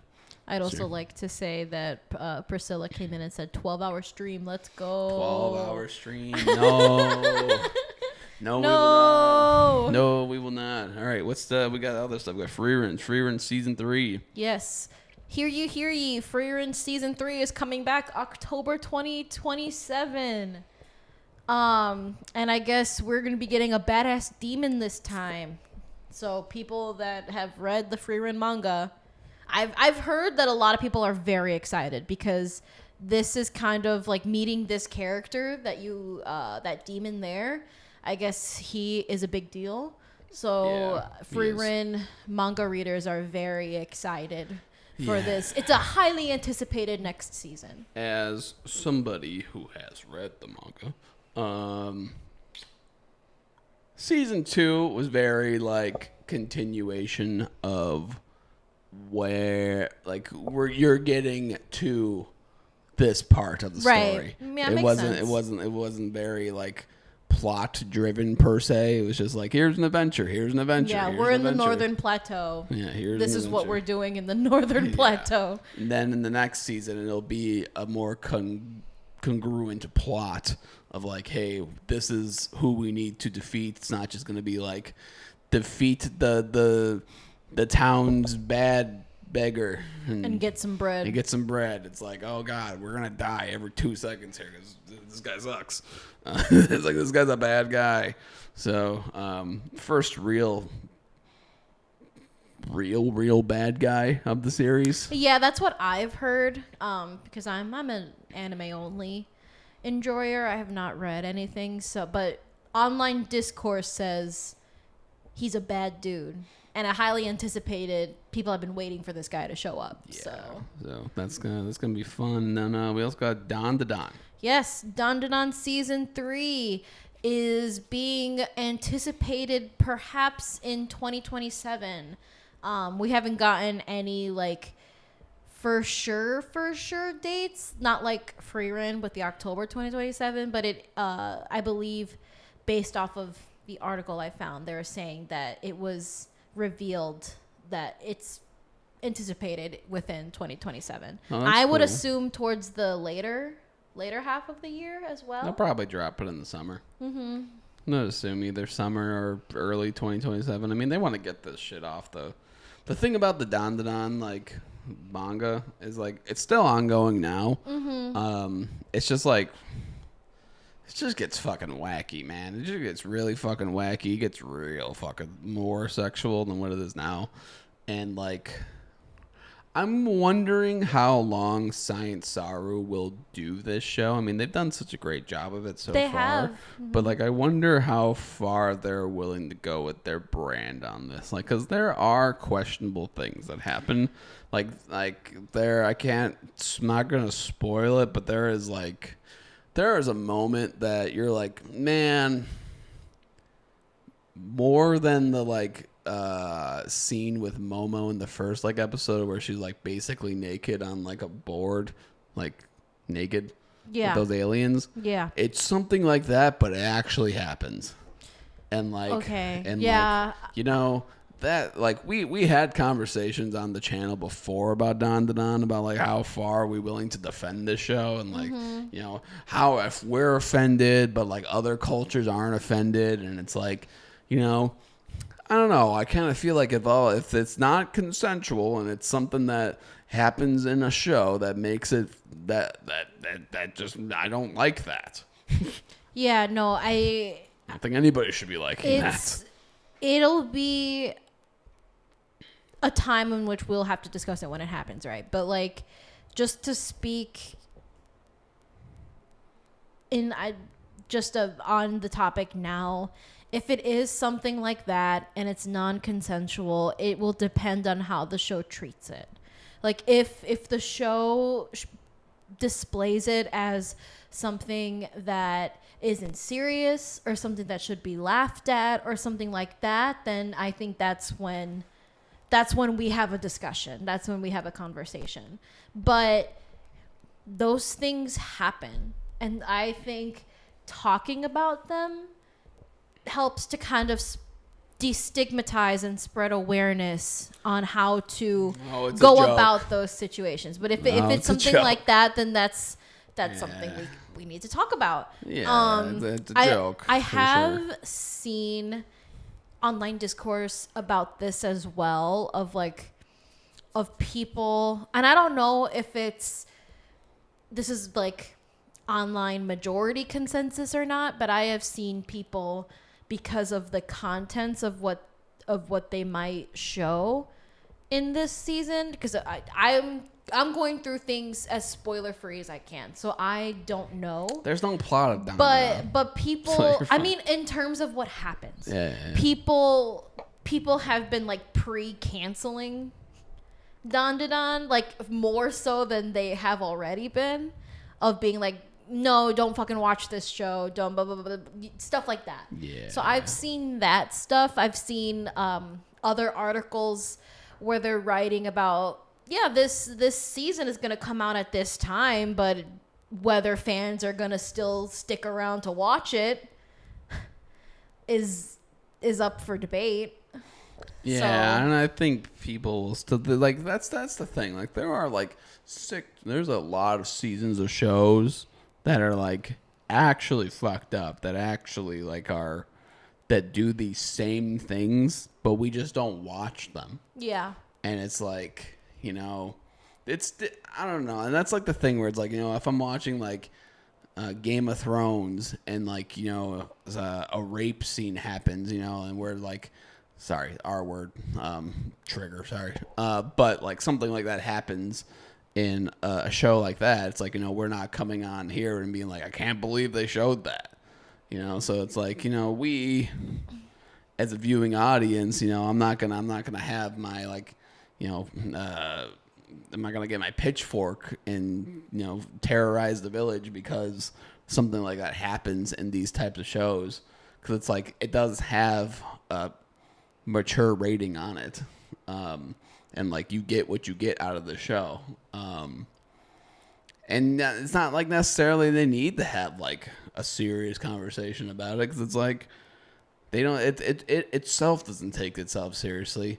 I think that's like it's up to your own like thoughts and opinions on it if you want to take it that way, and that's why like I kind of get the conversation of people being like, well, you wouldn't freak out about it if it was like a different entity or a different show. You know, but it's like I still like I think it's weird and wrong if it happens to like underage children. I mean, and I think that's like that's where I hold the line of it, where it's like for me personally, she is a child. No, I'm saying like that's where like I toe the line for it. But like I know that like people who watch these things will have that argument like against it, where it's like, we all don't like seeing like Sansa. That stuff happened to Sansa early. Like she's a child, right? But we're not canceling Game of Thrones because like that happens in that universe, you know? And like suffice to say, those things happen in the Don to Don universe already, you know? So it's like, you know, if you don't mind it one way, I guess you shouldn't mind it another way. But, you know, that's the nuance of that of this show. Yeah, I think I truly do stand behind that. It'll just depend how it looks. I think that's the bottom line, because out of the stuff that has already happened, because of the way that it did happen, it was, I won't say it was easy to talk about it in a certain way, but through like certain lenses you can explain, you know what I mean? Yeah. So it truly will fall on if it's distasteful. It could be. All right, well that was all the links that we had, right? Oh, Sentence to Be a Hero. Yes, that was another one that we were like, will they? Yes, Sentence to Be a Hero is confirmed for a second season. I'm not sure when. Who knows? I would also assume probably around 2027. Yeah, maybe. The show, it's interesting that this show even came out, because it is based on such a small web novel. I mean, like, it just came out in 2020, and there's like most cases when you make a manga and you make an anime adaptation of a manga, you want to have like 26 issues. This thing had like maybe 9. And like that was enough for them. And it maybe has a grand total of like 26 issues total. So like, I don't know where they ended in it. Well, it'll probably just be short then, and that's that. Yeah, I would actually, I think they could do a movie. They should do a movie of it. But yeah, so there's news. That was our news. Also One Piece. Oh yeah, One Piece. Yes, we also have One Piece news, as people already know, because this is kind of a little late news, but Netflix announced that they're going to be releasing an animated special based off of Usopp, it was a Lego special. Yeah, it's going to be Usopp's Grand Adventure. Yeah, Captain Usopp and the Brave. Captain Usopp, the Brave, and the Straw Hat Pirates. So it's going to be a Lego special. The guy who is Usopp in the live action will be voicing him. Voicing Usopp. I assume the other characters will be reprising their roles. It looks super cute, and it makes me hopeful for a One Piece Lego game. Yeah, I hope so. I mean, they've already been building up. Yeah, they already have Lego. I mean, they have this now, and then they also have Lego Going Merry sets and what have you. So it's now just a Lego, please. Yeah. We also got some still images from the new One Piece remake that's happening. Yes, Netflix is going to be remaking all of One Piece. So this is the song that never ends.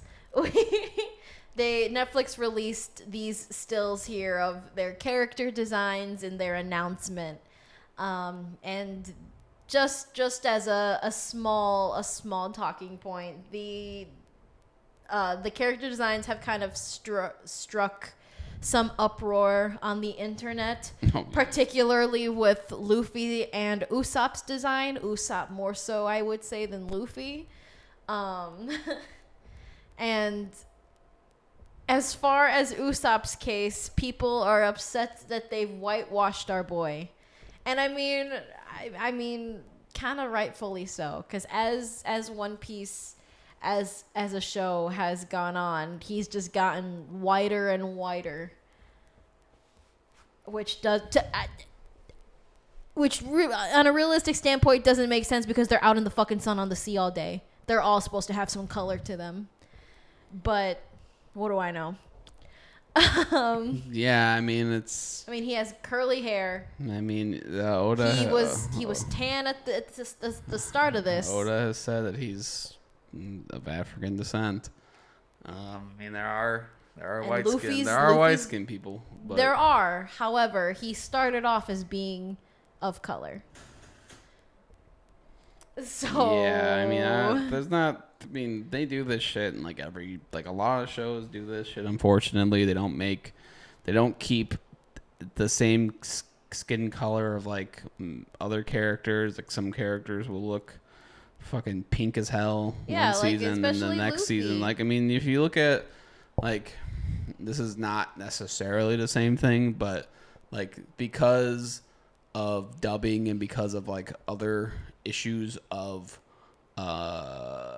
translation over time of like how these are given from tape to tape, like Dragon Ball characters, like Dragon Ball GT, like they look pink in Dragon Ball GT, but that's because the original tapes that they had for Dragon Ball GT were like deleted, and they had to go over to other things, and the characters now in video games look pink, but they were never supposed to be that color. They're supposed to be like a regular how Goku looks in Dragon Ball Z is how he's supposed to look in Dragon Ball GT, but because of whatever things that they did, he just looks he looks dark, and then he looks like he's a pink monster later. So it's like, those things happen. That's just one example. However, this is kind of like a deliberate choice. I mean, it just like Usopp being basically white. It's kind of like, that's a choice. That's a choice. That's not a, because I've seen online too, like people are trying to make the excuse of, oh well, it's cheaper for color, like blah blah blah. Like no, no. He started off being one color, and the creator has confirmed he's a certain way. So I think it's unfortunate. Give my boy back his color. Yeah. And even like going off of some characters look pink thing, like Luffy, for example, even at the beginning of One Piece, Luffy has the tiniest bit of tan to him, and Oda has also said that Luffy's supposed to be Brazilian, and maybe he'll get tan. Maybe that's such a big hope. That is such a. But hey, maybe they don't know the color of their skin because they're made off of black and white manga. I don't know. Dude, internet exists. Anyway, the issues that people had with Luffy's design is that he has small shoulders and like his body's like a triangle. like they hate that his body is like this, and he looks like fucking Link in the top, which I think that's a smaller complaint compared to what they've done to my sweet boy Usopp, but. Yeah, I'm indifferent on it. We'll see. We'll have to see. It hasn't even come out yet. We don't know. These are just... Yeah, I mean... these are all just rendered images. I These wanted are to all bring like, it up because it's what people are talking about. And One Piece is such a hot commodity right now that... Who are you to not talk about it? Talk about One Piece, I mean. That is true. All right. Well, I think... Oh, and One Piece Heroines is also coming out. Oh, yeah, that's right. It is coming. There's a lot of One Piece news, and One Piece live action as well. That will be anticipated to come out next year. I'm kind of surprised by how quickly that's coming out, but like they've already been filming it though. They've been doing it for a while. It's cool. I'm excited. I'm excited to see the One Piece. I'm excited to see, and probably won't watch the Lego thing, but. I'll watch the Lego thing. Maybe, I don't know. It looks cute. Yeah, maybe. If it's anything like the Star Wars Lego specials, then I'll enjoy it. But if it's like one of those kid Lego specials thing, I'm like, oh, what a drag. Not great. All right, so we did actually watch some real anime. Surprise. Yeah, new anime came out. Daemons of the Shadow Realm. From the creator of Full Metal Alchemist. We watched episodes 1 and 2 of this series. They're great. It's great. It's a great show. So good. I mean, it literally is so Full Metal Alchemist. It hurts. It is like one of the coolest like. I love the world that this author brings, and I think that continuing that, like, in a brand new series, I think it's just, I don't know, it's fun. It's really fun. I literally like everything that they're giving us. I was thrown for a loop about the the twins. And like the friend character in the beginning, and then like I'm sure he'll come back around. I hope so. But I was kind of thrown for that because it's like, oh, it's Demon Slayer. Oh, it's not Demon Slayer. Oh, it's Full Metal Alchemist. Yeah, it was a big gotcha moment. But yeah, it's really sick. It has great animation. It looks like a new version of Full Metal Alchemist. Mm-hmm. The songs have so many like callbacks to Full Metal Alchemist. It's crazy. I mean, it's everything about the show is very cool. I mean, they literally had a moment in the show where like the mountain princess came down. I forget what her name is, but she comes down and I was like, hello, sweet people, welcome. And then she did exactly that. Oh, and then when she was leaving, she was like, fare thee well. And I was like, watch, she's going to say this, fare thee well. And she did it, fare thee well. I was like, wow, that was everything I wanted out of that and more. Yeah, it's just fun. It's a cool show. I mean, they got some powers, got some, they got their Pokemon people. Yeah. Their daemons are Pokemon, basically. And there's gods, and I don't know, like, where this is going at all. No, I mean, this is something we read both the first 2 volumes of as well. No, the first volume? First volume. So it's also been pretty panel for panel as well. Like it's a pretty true adaptation. But even after reading the first volume, no, I do not know where the fuck this is going to go. Because since it's from the creator of Full Metal Alchemist, one can only think what exactly she has cooking up in there. So, yeah, but like I love the way that she builds worlds and her storytelling. So I am very excited about this. Yeah, there's literally one tweet about it. It says, I love the borderline Pokemon power system, which is far and away from the hard magic Full Metal Alchemist had. Yeah. Yeah, I mean, I'm down for the Pokemon. I'm down for them to be fucking battling. I mean, we don't know what magic like the little sister has. Yeah, what kind of powers these two have? I mean, we don't even know what powers he has. He has the power of fucking aura. Yeah, they were like trying to keep him on the mountain. So what the fuck does he do? I mean, this dude gained so much aura in that first episode where he gets these two giants like creatures and they're like, you want us to rip her up? And he's like, no, I want to do it myself. And then proceeds to hunt her the fuck down with a wooden bow and arrow. And then the other he gets his mark, and she's like, God, he's crazy. Yeah, like what the fuck is going to happen? Yeah, I don't know what exactly. She's fun. I don't know what. Yeah, I love her voice actor. I don't know what exactly the sister and like their whole deal is. It's almost like they're a task force. Yeah, I don't get exactly what's happening here, and I do need answers there. Although my one huge fucking gripe is, and I hope I can find this guy. This guy's English voice actor. I'm sorry, he sucks. He is so fucking bad. Yeah. He was distractingly bad. Like he's not even trying, and I don't. Yeah.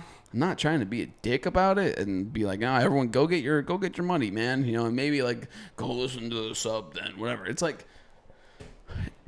like distractingly bad. Like it's surprising to me that they would hire somebody that like, and I don't know who it is. Do you want to look up what his just look up this show's cast.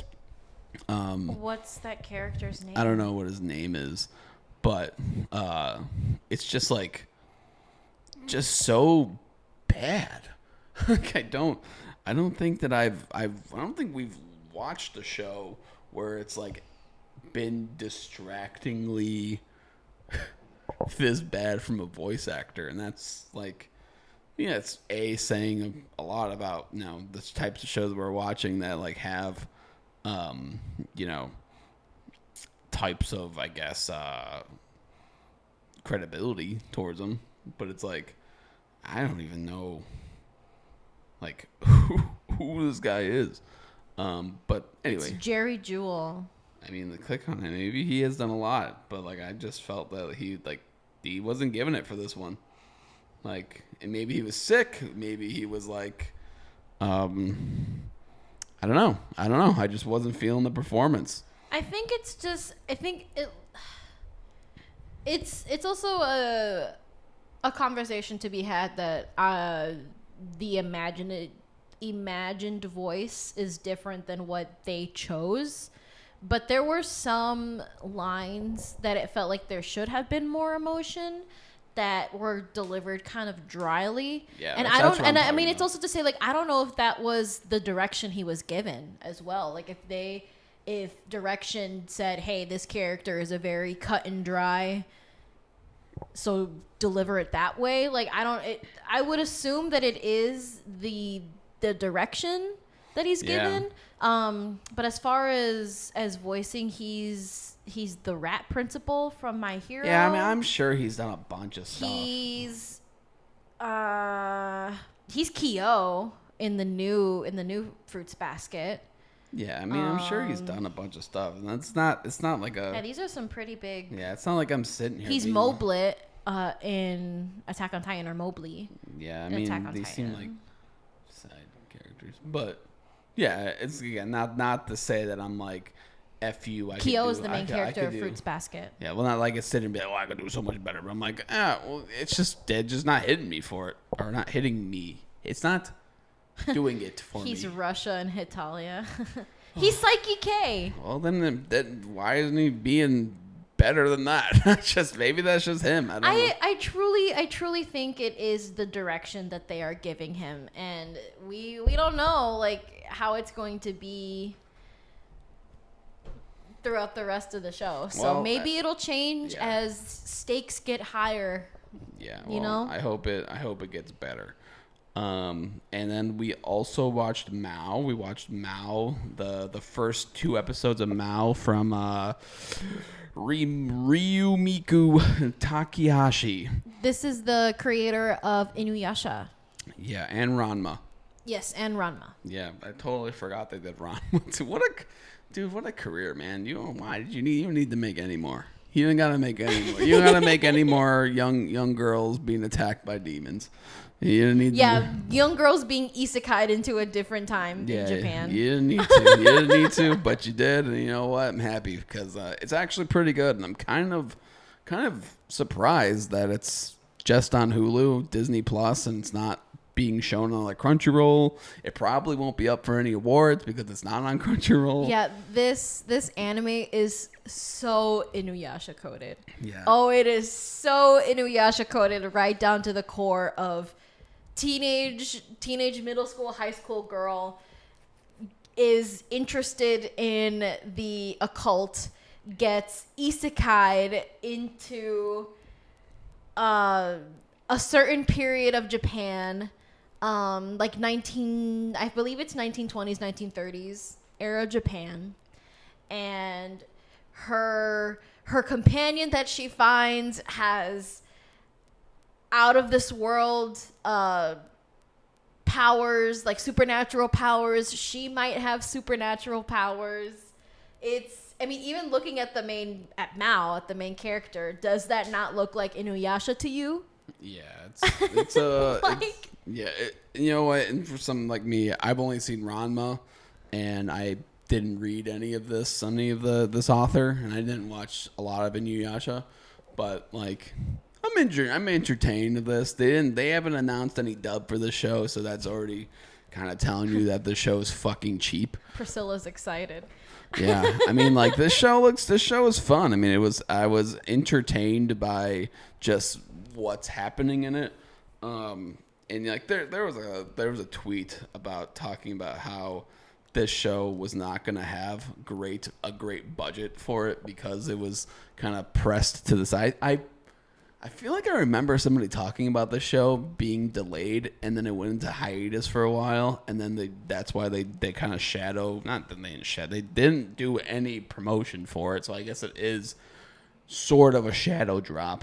But I mean, it's cool, it's good, it's fine. I'm not gonna say it's like groundbreaking, but it reminded me like of Demon Slayer meets Inuyasha meets like random isekai. I don't know. Yeah, I mean, meets Inuyasha. I mean, like I will definitely like Inuyasha is an isekai. Yeah. But as somebody that loves I love Inuyasha, and somebody that has watched Inuyasha, it is very Inuyasha coded. The only difference is that like Mao and Inuyasha are very different characters. They have very different powers. But from looking at the opening sequence, it seems like they are going to get companions that are reminiscent of the OG companions in Inuyasha. Oh, like the cat and dog? Yeah, there is a animal type character. I believe they're going they get somebody that looks like, I always forget his name. Hang on. They are right about the show does look like very like good.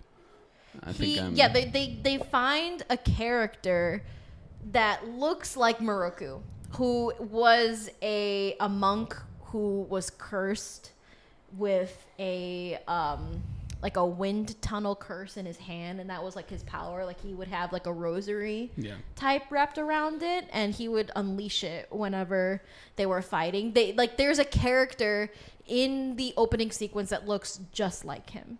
So it's very Inuyasha reminiscent, and I love that because Inuyasha is a very nostalgic anime for me. It was one of my first anime that I've watched, so I love it. Like, and the other difference is that it doesn't seem that there's any romance between Mao and the main character, which in Inuyasha and Kagome's romance is one of the leading plots in the story. Yeah. So we're going to keep watching the show.